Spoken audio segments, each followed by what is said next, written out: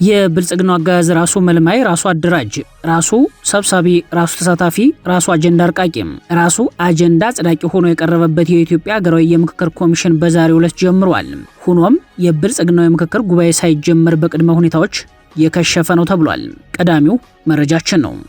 ከፍተኛው የብልጽግና ጦር በአስቸኳይ ወደ ግንባር እንዲገባ ትዕዛዝ መውረዱ ተሰማ። አዲሱ ወታደራዊ ስምሪት ለሁለት ዓላማ መሆኑም ታውቋል። በሌላ በኩል የፋኖ ኃይሎች በአገዛዙ ጦር ላይ በወሰዱት እርምጃ ከፍተኛ ድል ሲቀናቸው፣ የአገዛዙ ጦር ደግሞ ከባድ ሰብአዊና ቁሳዊ ኪሳራ አስተናግዷል። በዝርዝር ይደመጣል። በአሜሪካው አምባሳደር የተመራ ልዑካን ቡድን መቀሌ ገብቷል። የልዑካን ቡድኑ የመቀሌ ጉዞ ዓላማ በጦርነት አፋፍ ላይ የሚገኙትን ህወሓትንና ብልጽግናን ለማደራደር የሚደረገው ጥረት አካል ሳይሆን አይቀርም ተብሏል። በጉዳዩ ላይ ሰፋ ያለ መረጃ ይዘናል። በአሜሪካና በኢራን መካከል ያለው ወታደራዊ ውጥረት ወደ አዲስና ታይቶ የማይታወቅ አሳሳቢ የፊልማ መስመር ተሸጋግሯል።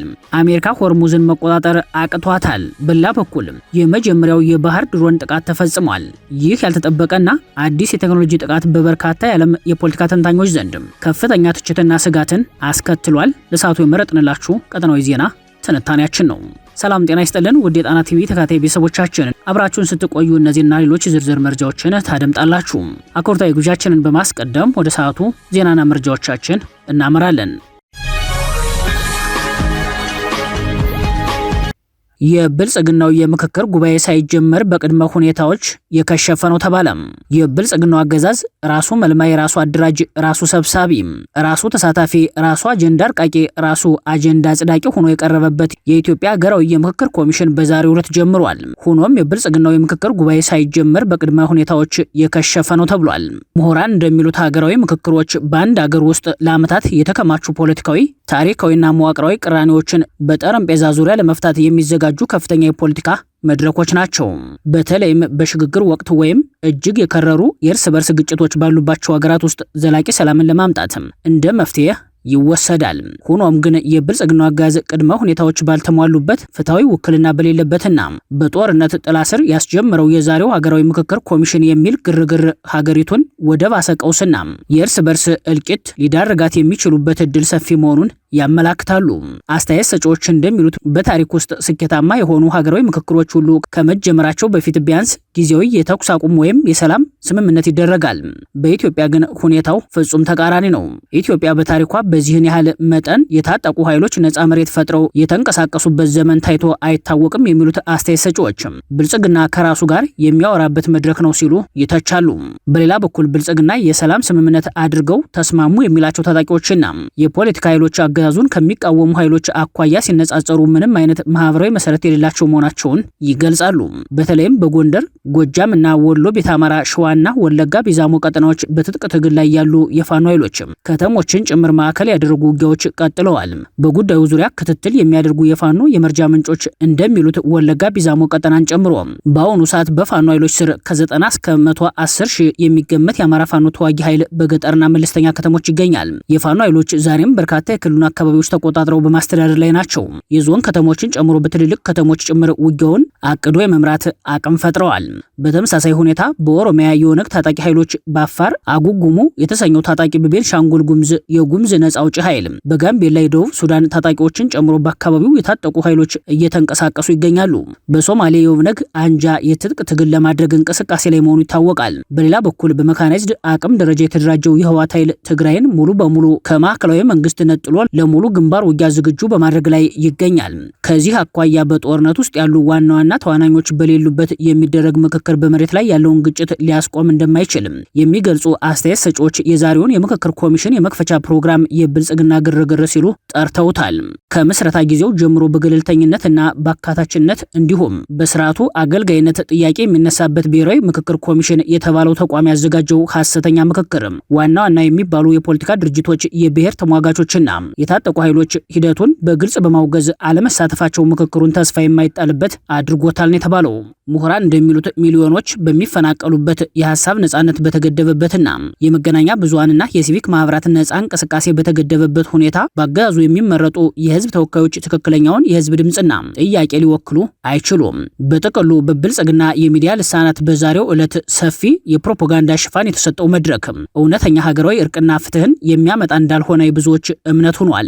ይልቁንም አገዛዙ ዓለም አቀፉ ማህበረሰብ ለማጭበርበር ከምዕራባውያን የሚገኘውን የገንዘብ እርዳታ ለማስቀጠል እንደሚጠቀምበት ተቺዎች በመግለጽ ላይ ናቸው። በአማራ ህልውና ትግል ላይ ስልታዊ ድጋፎችን በማድረግ የሚታወቀው አንድነት ለአማራ ህልውና ባለፈው ሰኔ 18 ቀን ባወጣው መግለጫ ላይ እንዳመላከተው አብይ አህመድ በዓላማ ኢትዮጵያን እያፈረሰ ቀጠናውን ወደ ለየለት ትርምስ እያስገባ መሆኑ ታውቆ ይህን ከውልደቱ የጨነገፈ ከህዝብ የተነጠለውን አጋዝ እድሜ ማራዘሚያ የሆነ ዘላቂ ውጤት የማያመጣ በምክክር ስም ፍጹማዊ አምባገነንነትን የማስቀጠል ዓላማ ያለውን ሂደት አለመደገፍ ለዓለም አቀፉ ማህበረሰብ የቀረበ ትንሹ የሞራል ግዴታ ነው ሲል ጥሪውን ማቅረቡ ይታወሳል። የአማራ ህዝብ የዘር ማጥፋት ሰለባ የሆነው በህገ መንግስትና ስርዓት በወለደው መዋቅራዊ መሳሪያ መሆኑ ታውቆ ለዚህ መፍትሄው የአማራ ህዝብ ከዘር ማጥፋት ጥቃት የሚድነው በስር ነቀል ለውጥ እንጂ በጥገናዊ ለውጥ እንዳልሆነ ተገንዝቦ ህዝባዊ ትግሉን አጠናክሮ እንዲቀጥል ጥሪዎች በመቅረብ ላይ ናቸው። ከፍተኛው የብልጽግና ጦር በአስቸኳይ ወደ ግንባር እንዲገባ ትዕዛዝ መውረዱ ተሰማ። በሌላ በኩል የፋኖ ኃይሎች በአገዛዙ ጦር ላይ በወሰዱት እርምጃ ከፍተኛ ድል ሲቀናቸው፣ የአገዛዙ ጦር ደግሞ ከባድ ሰብአዊና ቁሳዊ ኪሳራ አስተናግዷል። በፋኖ ኃይሎችና በአገዛዙ ጦር መካከል የሚካሄደው ውጊያ ዛሬም አድማሱን አስፍቶ መቀጠሉን የግንባር መረጃዎች ያመላክታሉ። በጎጃም ቀጠናዎች አዳዲስ የውጊያ ግንባሮች ተከፍተዋል። አፋብን ቴዎድሮስ ዕዝ የበረኛው ቀስተ ደመና ሻለቃ አርበኞች ትላንት በጎፍ ጭማ ታዳጊ ከተማ ባጋዙ ጦር ላይ በወሰዱት እርምጃ ድል ቀንቷቸዋል። በአውደ ውጊያው በርካታ ቁጥር ያለው ያጋዙ ኃይል መደምሰሱን የገለጹት የፋኖ ምንጮች ቁጥራቸው በውል ያልተገለጸ የሰራዊቱ አባላት ሙትና ቁስለኛ ከመሆናቸውም በላይ ወታደራዊ ቁሳቁሶችና መሳሪያዎች በምርኮ ወደ ፋኖ ገቢ መሆናቸውን አረጋግጠዋል። ከንጋቱ 11 ሰዓት ከ30 ላይ በተፈጸመው ጥቃት የፋኖ የውጊያ የበላይነት የታየበት ሲሆን በአንጻሩ በአገዛዙ ላይ ከደረሰው አካላዊና ቁሳዊ ኪሳራ በዘለለ ከፍተኛ የሆነ የስነ ልቦና ውድቀትንም አስተናግዷል ነው ያሉት የፋኖ ምንጮች። እንደ ፋኖ መረጃ ምንጮች በምርኮ ገቢ ከተደረጉ መሳሪያዎች መካከል 4 ክላሽ፣ 4 የወገብ ትጥቅ የእጅ ቦምቦች፣ 1 የስናይፐር ካዝና፣ በርካታ የክላሽና የብሬን ተተኳሾች ሲሆኑ በሰብአዊ ኪሳራ በኩል ደግሞ ቁስለኛው በፒካፕና በአምቡላንስ ሲወሰድ በጥቅሉ በርካታ ቁጥር ያለው ያጋዙ ሰራዊት ሞትና ቁስለኛ መሆኑ ተመላክቷል። በሌላ በኩል በምዕራብ ጎጃም ዞን በሰከላ ከተማ የሚኒሻና የፓራ ኮማንዶ እንዲሁም የፖሊስ አባላት በስፋት ወደ ፋኖ እየተቀላቀሉ መሆናቸው ተሰምቷል። በአካባቢው የተደራጁ 12 የፖሊስ የፓራ ኮማንዶና የሚኒሻ አባላት ከተመደቡበት ግዳጅ እና ስምሪት ቀጠና በመውጣት ከነሙሉ ትጥቃቸው ፋኖን ተቀላቅለዋል። ባለፉት 2 ቀናት ብቻ በሰከላ ቀጠና ከ14 በላይ የፖሊስና ፓራ ኮማንዶ አባላት ፋኖን ተቀላቅለዋል። በዚህ መልክ ሰራዊቱ ከስምሪትና ግዳጅ ቀጠናዎች እየሸሸ ያለበት የብልጽግናው አጋዝ ከ100 ሺህ በላይ የሚሆን ሰራዊት በአስቸኳይ ወደ ግንባር እንዲገባ ድጋሚ ትዕዛዝ ማውረዱን የሚያመላክት ወታደራዊ መረጃ ወጥቷል። በመረጃው መሰረት በአማራና በኦሮሚያ ክልል የሚገኙ ከ100 ሺህ በላይ የሚኒሻ የፖሊስና የአድማ ብተና ጊዜያዊ ወታደራዊ ስልጠናዎችን ለአጭር ጊዜ ወስደው በፌዴራል መከላከያ ሰራዊት መለዮ ወደ ግንባር አምርተው መከላከያን በአስቸኳይ እንዲቀላቀሉ የመጨረሻ ትዕዛዝ ተሰጥቷቸዋል። ከዚህ በፊት የወረደው ተመሳሳይ መመሪያ ሳይፈጸም መቅረቱን ተከትሎ ትዕዛዙ ዳግም እንደወረደ ነው ለማወቅ የተቻለው። ይህ መጠነ ሰፊ ምልመላና ወታደራዊ ስምሪት በአማራና ኦሮሚያ ክልል በተለያየ ሁኔታ በከፍተኛ ፍጥነት ተግባራዊ መሆን ጀምሯል። በኦሮሚያ ክልል ከሚገኙ ወረዳዎች ውስጥ ከ63 ሺህ በላይ የሚኒሻና የአድማ ብተና የፖሊስ አባላት ተመልምሎ በመከላከያ መለዮ ወደ ግንባር እንዲዘምት ታዟል።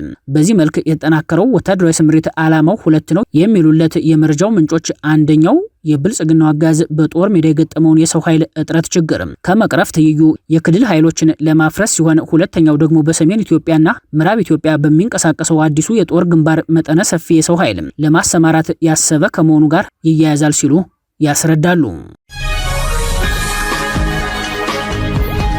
በአሜሪካው አምባሳደር የተመራ ልኡካን ቡድን መቀሌ ገባ። የልኡካን ቡድኑ የመቀሌ ጉዞ ዓላማ በጦርነት አፋፍ ላይ የሚገኙትን ህወሓትንና ብልጽግናን ለማደራደር የሚደረገው ጥረት አካል ሳይሆን አይቀርም ተብሏል። በኢትዮጵያ የአሜሪካ አምባሳደር ኤርቨን ማሰንጋ የተመራ ከፍተኛ የዲፕሎማቲክ ልኡካን ቡድን በዛሬው ዕለት መቀሌ ከተማ መግባቱ ታውቋል። ልኡኩ በመቀሌ ቆይታው ህወሓትና ብልጽግና የተዘጋጁበትን ጦርነት እንዳይጀምሩት የማስቀረት አቅም ያለውን ድርድር ለመጀመር የሚያስችል ቅድመ ውይይት እንደሚያደርግ ይጠበቃል ተብሏል። ይህ በአሜሪካው አምባሳደር የተመራ ጉብኝት የተካሄደው በህወሓት ቀጥተኛ ባልሆነ ክልከላ አምባሳደሩ ቀደም ሲል ወደ መቀሌ ከተማ ሊያደርጉት የነበረውን ጉዞ ካራዘሙ 3 ሳምንታት ባልሞላ ጊዜ ውስጥ ነው። በቀደመው የጉዞ እቅድ አምባሳደሩ ከሚያገኟቸው ሰዎች ውስጥ በነ ደብረጽዮን መፈንቅለ ስልጣን የቁም እስረኛ የሆኑት ጀነራል ታደሰ ወረደ መሆናቸው ህወሓትን ማስቆጣቱ ይታወሳል። በአሁኑ ጊዜ ለአምባሳደሩ አቀባበል ያደረጉት የደብረጽዮን ምክትል አቶ አማኑኤል አሰፋና አምባሳደር ባሌማ መሆናቸው ከስፍራው በወጡ ምስሎች ላይ ተመላክቷል። ተሰጥቷል። አሜሪካ በቅርቡ በአክራሪ ህወሓት አመራሮችና ቤተሰቦቻቸው ላይ የቪዛ ማዕቀብ ከጣለች በኋላ ለህወሓትና ብልጽግና ለድርድር የጓዳ ትዕዛዝ መስጠቷ ይታወሳል። ትዕዛዙን ተከትሎም ሁለቱ ኃይሎች ተቃራኒ ቅድመ ሁኔታ ቢያስቀምጡም ሊቀሰቀስ የመጨረሻው ምዕራፍ ላይ የሚገኘውን ጦርነት የማስቀረት አቅም ያላት አሜሪካ ሚስጥራዊ ድርድር እንዲደረግ ጥረቶችን እንደቀጠለች ስለመሆኑ በትላንቱ ዜና ወጃችን መዘገባችን ይታወሳል። በሁለቱም በኩል የድርድር ፍላጎት ሲኖር የብልጽግናው አለቃ አብይ አህመድ በቅርቡ በነበራቸው የፓርላማ ቆይታ ህወሓት ቀልብ ከገዛ ለመደራደር እንደሚቻል ሲገልጹ፣ በተመሳሳይ የህወሓቷ ከፍተኛ አመራር ፈትለወርቅ ገብረ እግዚአብሔር ከአዲስ አበባ ውጭ በሶስተኛ ሀገር ንግግር ሊኖር እንደሚችል መጠቆማቸው ይታወሳል። የዛሬው የአሜሪካው አምባሳደርና ልኡካን ቡድናቸው የመቀሌው ጉዞ ከሚስጥራዊው ድርድር ጋር በተያያዘ ቅድመ ሁኔታዎችን የማመቻቸት ጉዳይ ሳይሆን እንዳልቀረ የጉዳዩ ተከታታዮች ይጠቁማሉ። ኢህአፓ በዛሬው ዕለት መካሄድ ተጀመረ የተባለውን ብሔራዊ ምክክር አግላይና የገዢውን ፓርቲ እድሜ ለማራዘም የታለመ ነው ሲል አወገዘም። ኢህአፓ በዛሬው ዕለት ተጀመረ የተባለውን የብሔራዊ ምክክር ሂደት እውነተኛና ሁሉን አቀፍ ባለመሆኑ አገሪቱን ከገባችበት ዘርፈ ብዙ ቀውስ ሊያወጣት እንደማይችል ገለጸ። ፓርቲው ዛሬ ሐምሌ 8 ቀን ባወጣው ይፋዊ መግለጫ ምክክሩ የአገርን ችግር ለመፍታት ሳይሆን የከሸፈውን የብልጽግና ፓርቲ ፖለቲካዊ ቅቡልነት ለማደስ የተዘጋጀ መድረክ ነው ሲል ውድቅ አድርጎታል። ኢህአፓ ታሪክ ራሱን እንዳይደግም አግላይ ምክክር ሳይሆን ሁሉን አቀፍ ብሔራዊ መግባባት ይቅደም ሲል በወጣው መግለጫ ኢትዮጵያ በአሁኑ ወቅት በከባድ የፖለቲካ የምጣኔ ሀብትና የማህበራዊ ቀውሶች ውስጥ እንደምትገኝ አመላክቷል። በየክልሎች የተስፋፉት አውዳሚ ጦርነቶች፣ የንጹሃን ህይወት መጥፋት፣ መፈናቀል፣ የህግ የበላይነት መጥፋትና የኑሮ ውድነት በአጋጣሚ የተፈጠሩ ሳይሆኑ የገዢው ፓርቲ የተሳሳተ የፖለቲካ አቅጣጫና የስልጣን አጠቃቀም ቀጥተኛ ውጤቶች ናቸው ብሏል። ፓርቲው ቀደም ሲል በ2016 ዓ.ም ከብሔራዊ ምክክር ሂደቱ በይፋ ራሱን ያገለለበትን ምክንያት ሲያስረዳም ሂደቱ ገለልተኛና ታማኝ አለመሆኑን ከመንግስት ፍላጎት ውጭ ራሱን መምራት እንደማይችልና የህዝብን መሰረታዊ የፖለቲካ ጥያቄዎች የመፍታት ፍቃድም ሆነ እቅድ እንዳልነበረው በመገንዘቡ እንደነበር አስታውሷል። ዛሬ ላይ በሀገሪቱ የታዩት ተጨባጭ ሁኔታዎች ያን ያቀረባቸው ስጋቶች ትክክለኛ ለመሆናቸው ማረጋገጫዎች ናቸው ሲልም አክሏል።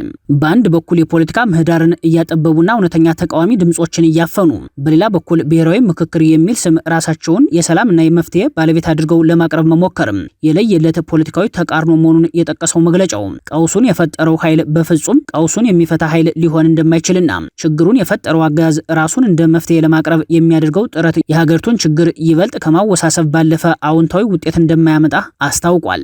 ለዚህም ማሳያ እንዲሆን የደርግ ውድቀትን ተከትሎ የተካሄደው የሰላምና ዲሞክራሲ ጉባኤ ሁሉንም ወገኖች ያካተተ እውነተኛ ብሔራዊ መግባባትም መፍጠር ባለመቻሉ የሽግግር ሂደቱ መክሸፉን በታሪክ ማስታወስ እንደሚገባ ገልጿል። እንደ ኢህአፓ ገለጻ እውነተኛ ምክክር ለመጀመር የፖለቲካ እስረኞች መፈታትም፣ ጦርነቶች በአስቸኳይ መቆም፣ የሀሳብ ነጻነት መከበር፣ ሁሉም የፖለቲካ ኃይሎች በእኩልነት መሳተፍና ሂደቱ ሙሉ በሙሉ ከገዢው ፓርቲ ተጽዕኖ ነጻ መሆን ይኖርበታል። እነዚህ መሰረታዊ ቅድመ ሁኔታዎች ሳይሟሉ የሚደረግ ምክክር ውጤቱ አስቀድሞ የተወሰነ የአንድ ግለሰብና ቡድን የፖለቲካ ትርኢት እንጂ የሀገር መፍትሄ ሊሆን እንደማይችል መግለጫው ያስረዳል። በአሁኑ ወቅት የብልጽግና መሪዎች የሀገርን ሀብት በማባከን የጀመሩት ብሔራዊ ምክክር ራሳቸውን ለማዳን እንጂ ኢትዮጵያን ለማዳን እንዳልሆነ የገለጸው ኢህአፓ የኢትዮጵያ ሕዝብ ከተጋረጠበት የህልውና አደጋ ለመዳን የሚያደርገውን ጥረት እንዲያጠናክር ጥሪ አቅርቧል። ከአሰብና ምጽዋ የሚነሳው ወታደራዊ ድጋፍን የሚተነትን ቀጠናዊ መረጃ ይፋ ሆነ።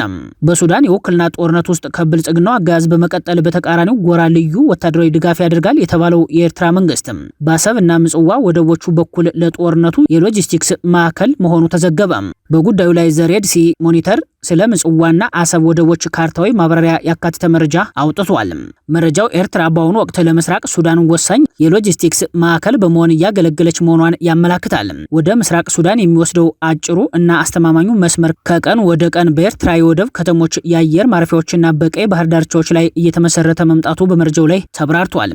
በተለይም ፖርት ሱዳን ከፍተኛ ወታደራዊና የጸጥታ ጫና እየገጠማት በመሆኑ የኤርትራዎቹ አሰብ እና ምጽዋ ወደቦች ለሱዳን ወታደራዊና ሰብአዊ ድጋፎች ማስተላለፊያ ስልታዊ ስፍራዎች ሆነዋል ተብሏል። እንደ ትንታኔው ርዕዮተ ዓለም ሳይሆን ተፈጥሯዊ መልክዓ ምድር ኤርትራን በቀይ ባህር ቀጠና ላይ ከፍተኛ ዋጋ ያላት ስልታዊ ይዞታ አድርጓታል። የኤርትራ ወደቦች ለሱዳን ጦር ወታደራዊ እና የሎጂስቲክስ ድጋፍ ማድረጋቸው በቀጠናው ላይ ስጋት ፈጥሯል። ኤርትራ የአሰብ እና ምጽዋ ወደቦችን ለወታደራዊ ዓላማ መዋሏ በሱዳን እየተካሄደ ያለውን የውክልና ጦርነት ይበልጥ ሊያራዝመው እንደሚችል በስጋት ተመላክቷል።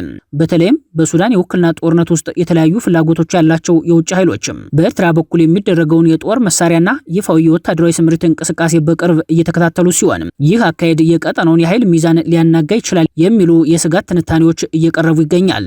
በሌላ በኩል ግን የኤርትራን ስልታዊ ሚና የሚደግፉ ወገኖች የኤርትራ ወደቦች መከፈት ለሱዳን ሕዝብ ህልውና ወሳኝ መሆኑን ጠቅሰው ይሞግታሉ። ፖርት ሱዳን በተደጋጋሚ ጥቃትና ጫና ውስጥ በምትወድቅበት ወቅት በሚሊዮን የሚቆጠሩ የሱዳን ስደተኞችና ተጎጂዎች የሰብአዊ እርዳታ የሚያገኙት አማራጭ መስመር ሆኖ የሚያገለግለው የአሰብና ምጽዋ ወደብ መሆኑን የቀደሙ መረጃዎች ያሳያሉ። ከዚህ በተጨማሪ የሱዳን ስደተኞች በኤርትራ መጠለላቸውና ኤርትራ በሱዳን ሀገራዊ አንድነት ጽኑ አቋም ያላት መሆኑን ሌሎች ተንታኞች ያስረዳሉ። አሜሪካ ሆርሙዝን መቆጣጠር አቅቷታል ተባለ። በሌላ በኩል የመጀመሪያው የባህር ድሮን ጥቃት ተፈጽሟል። በአሜሪካና በኢራን መካከል ያለው ወታደራዊ ውጥረት ወደ አዲስ እና ታይቶ የማይታወቅ አሳሳቢ የፊልሚያ መስመር ተሸጋግሯል። የአሜሪካ ማዕከላዊ ዕዝ ይፋ ባደረገው መግለጫ መሰረት የአሜሪካ ጦር በታሪኩ ለመጀመሪያ ጊዜ የአንድ አቅጣጫ ተኳሽ የባህር ላይ ተንሳፋፊ ድሮኖችን በጦርነት ላይ በቀጥታ ጥቅም ላይ ውሏል። ሲቢኤስ ኒውስ እንደዘገበው ይህ ጥቃት ኢራን በቀይ ባህር አቅራቢያ በሆርሙዝ ስትሬት በምትቆጣጠረው የባንደር አባስ ኃይል ጦር ሰፈር ላይ ያነጣጠረ ነበር። በርካታ ቁጥር ያላቸው የባህር ላይ ድሮኖች በፈጸሙት በዚህ ጥቃት የኢራን ሰርጓጅ መርከቦችና የባህር ላይ መርከብ ጥገና ማዕከል ከፍተኛ ጉዳት እንደደረሰባቸው የአሜሪካ ወታደራዊ ምንጮች አስታውቀዋል። ይህ የአሜሪካ ያልተጠበቀና አዲስ የቴክኖሎጂ ጥቃት በበርካታ የዓለም የፖለቲካ ተንታኞች ዘንድ ከፍተኛ ትችትና ስጋትን አስከትሏል። ይህ አይነቱ በባህር ላይ የሚንቀሳቀሱ ሰው አልባ የጦር መሳሪያዎችን በግልጽ ጥቅም ላይ መዋል በመካከለኛው ምስራቅ ያለውን አለመረጋጋት ይበልጥ እንደሚያባብሰውና ወደማይቆጣጠሩት ቀጠናዊ የጦርነት ቀውስ ውስጥ ሊከት እንደሚችል እየተነገረ ይገኛል። አሜሪካ የወሰደችው እርምጃ ዓለም አቀፍ የባህር ትራንስፖርት መስመሮችን ይበልጥ ለአደጋ የሚያጋልጥ ከመሆኑም በላይ በዓለም የነዳጅ ገበያ ላይ ከፍተኛ የዋጋ መናርን በመፍጠር በዓለም ኢኮኖሚ ላይ ከባድ ጫና ሊያሳድር የሚችል ኃላፊነት የጎደለው የጦርነት አጫሪነት እርምጃ ነው በሚል ተተችቷል። በሌላ በኩል የሆርሙዝ ሰርጥ ጉዳይ አሜሪካ ልትፈታው የማትችለው ምጥ እንደሆነባት የሲቢኤስ ኒውስ ዘገባ አመላክቷል። አሜሪካ ሰርጡን ሙሉ በሙሉ ለማስከፈት አሁን እየሄደችበት ያለው አካሄድ የሚሳካላት አለመሆኑን ዘገባው አመላክቷል።